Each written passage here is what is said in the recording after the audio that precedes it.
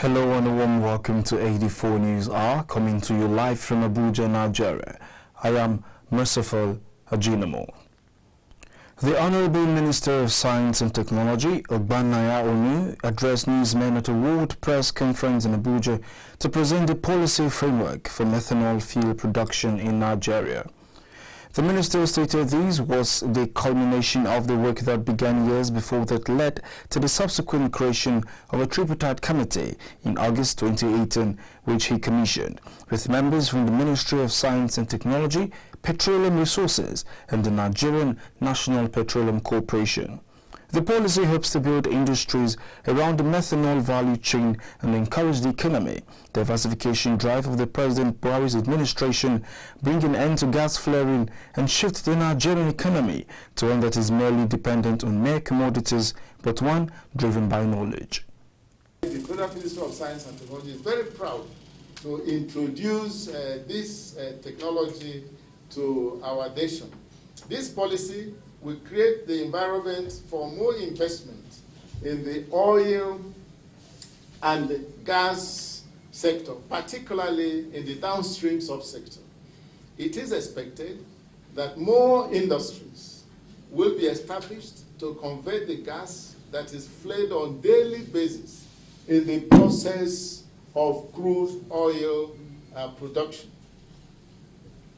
Natural gas, which I've explained, contains about 85% methane, a major source for the production of methanol.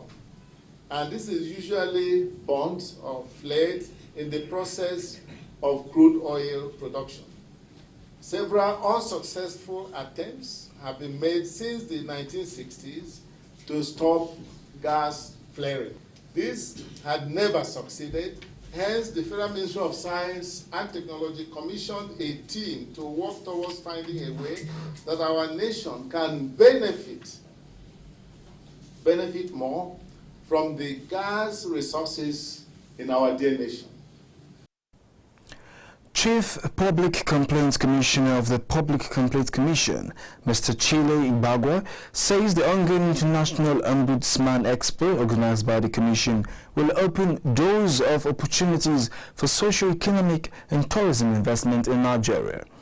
Ibagwa made this assertion at the executive meeting of the African Ombudsman and Mediators Association at the ongoing International Expo in Abuja, Nigeria.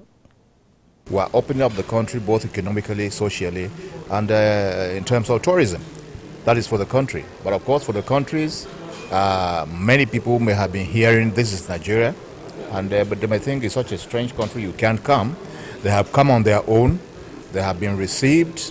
They are going to have experiences themselves.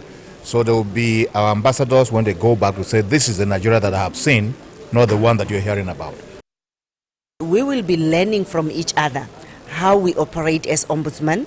Another impact is we will be sharing best practices on what is working in the southern part of Africa compared to what is working in the northern part of Africa. And what we would want to have as this African Ombudsman is to make sure that we contribute to Agenda 2063 of the African Union.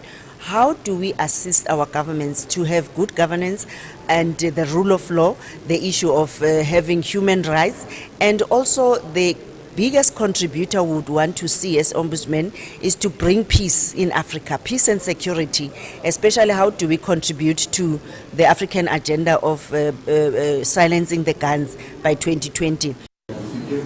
This is no doubt a commendable and worthy cause. The government of Nigeria places high premium on the idea of good governance through qualitative service provision by the public and private sectors. In this regard, the Public Complaints Commission, which is Nigeria's ombudsman institution, is a constitutional body entrenched in Section 315, 5, and 6 of the Constitution of the Federal Republic of Nigeria, 1979, as amended. By its Establishment Act, the Public Complaints Commission enjoys unfettered independence under Section 5B thereof, given that in the exercise of the powers conferred upon a commissioner by this section, the commissioner shall not be subject to the direction or control by any person or authority. The goal is that the Ombudsman should be able to exercise his mandate of anti-corruption and justice administration without let or hindrance.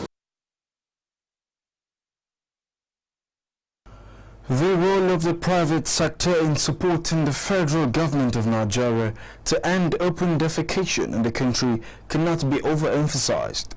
It is against this backdrop that the organized private sector in water, sanitation and hygiene has called on private sectors in Nigeria through a 2-day forum to come together and end open defecation in Nigeria.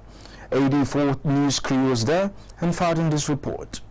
As the role of the private sector in supporting the federal government of Nigeria to end open defecation in the country by 2025 cannot be overemphasized, UNICEF and Zenith Water Project have set down strategies in place to support the federal government of Nigeria through an organized body of private sectors. Speaking at the event, the convener of the event, Nicholas Igwe, threw more light on the focus of the event and the goal they set out to achieve. Yeah, this event is actually Upswash is where we are bringing private sector from different categories, from the communication industry, from food and beverage industry and other industries, from philanthropies, Nigerians in diaspora, Nigerians with technical and innovative ideas around water and sanitation projects. We are bringing everybody together under one umbrella to address the issues of sanitation in Nigeria, especially the issues around open defecation in Nigeria.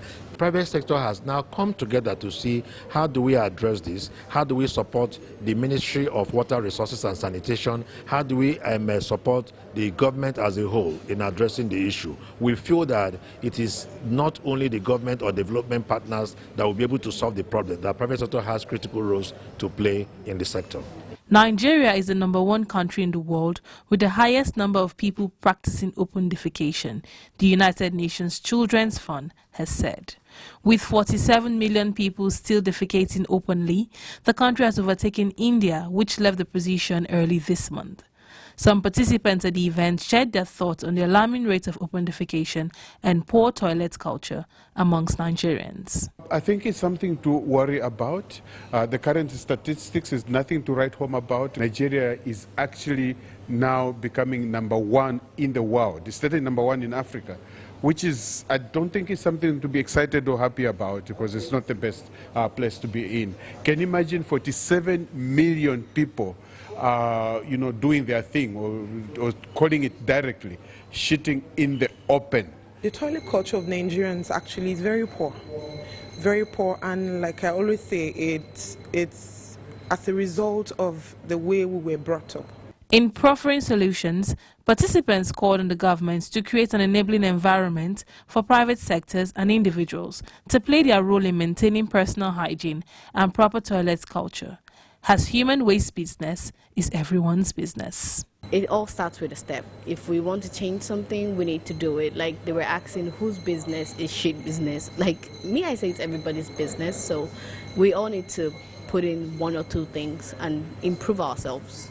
So by creating an enabling environment, providing like treatment facilities, for example, what we call fecal-sludge treatment plant. And this is not sophisticated water-based treatment facilities. They are very reasonable, user-friendly, and so on.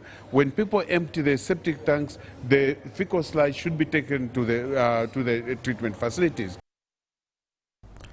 You're watching AD4 News Hour, coming to you live from Abuja, Nigeria. It's time for a short break. More stories when we return. Do stay.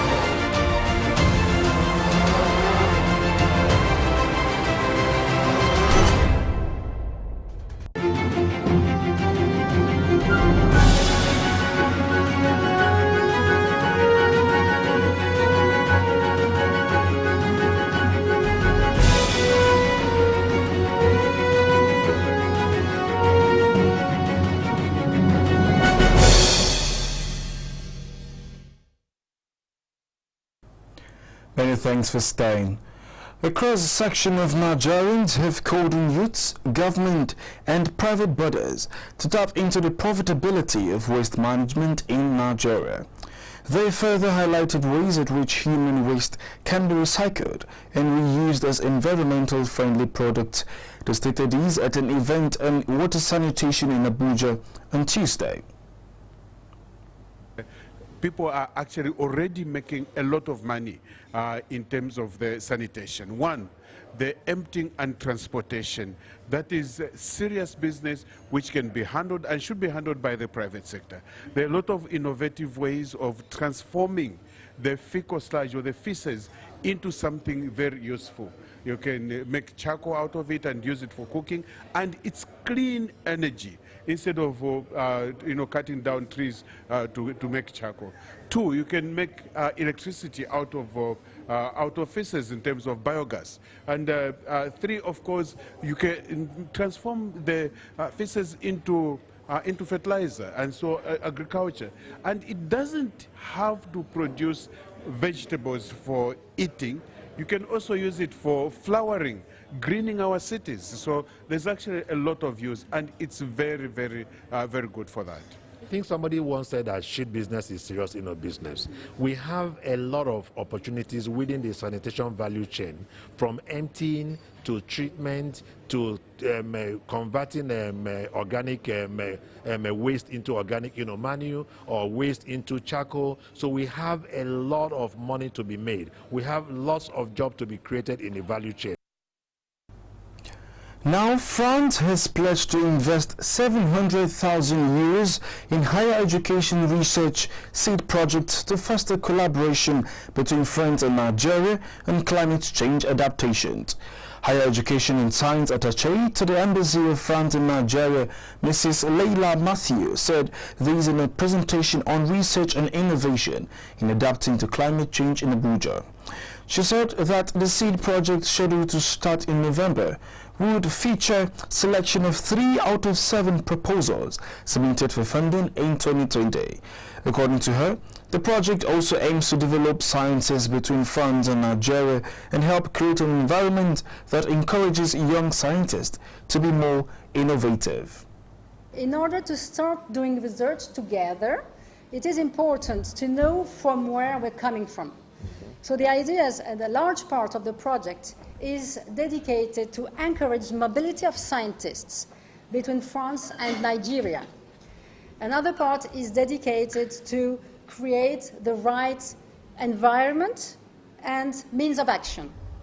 This involves funding workshops, short stays in relevant labs, visits from French scientists, high-level training in selected short-term programs in France for the junior researchers, and of course bench work and other activities for the more senior researchers. And also funding the 3 best projects proposals.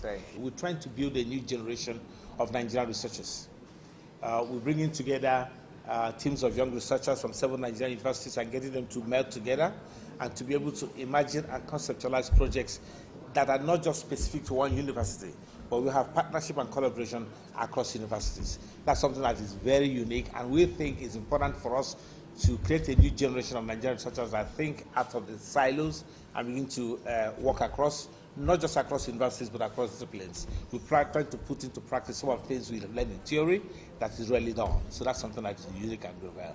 My role was clearly to challenge them in order to be sure that they well-define objectives, well-define some budgets, and to be sure that we can succeed with this project and to have a clear output.